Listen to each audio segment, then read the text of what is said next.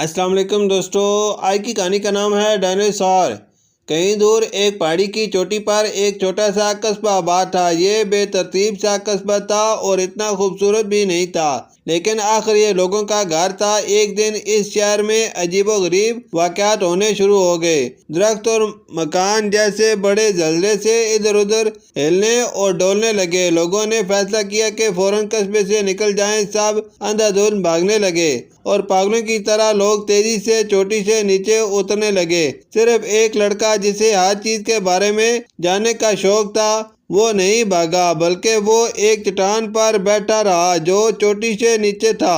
اس کا صبر میٹھا ثابت ہوا، کیونکہ بجائے پورا قصبہ نیچے گر کر تباہ ہونے کے اوپر ہی اوپر جانے لگا۔ ایسا لگتا تھا کہ قصبہ بالوں سے بھی بلند ہو گیا ہے اور پہاڑی کے نیچے ایک لمبی گردن اور 4 ٹانگیں بھی نکل آئی ہیں۔ وہ ایک ڈائناسور تھا، ایک بہت بڑا اور سویا ہوا ڈائناسور۔ ڈائناسور نے سوئی نظروں سے لڑکے کو دیکھا، پھر کہنے لگا، تم تو بہت چھوٹے ہو۔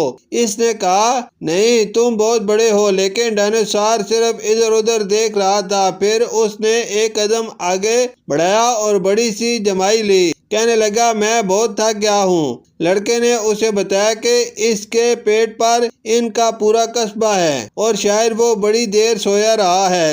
لیکن ڈائناسور اس کی باتیں نہیں سن رہا تھا۔ اس کی آنکھیں بند تھی۔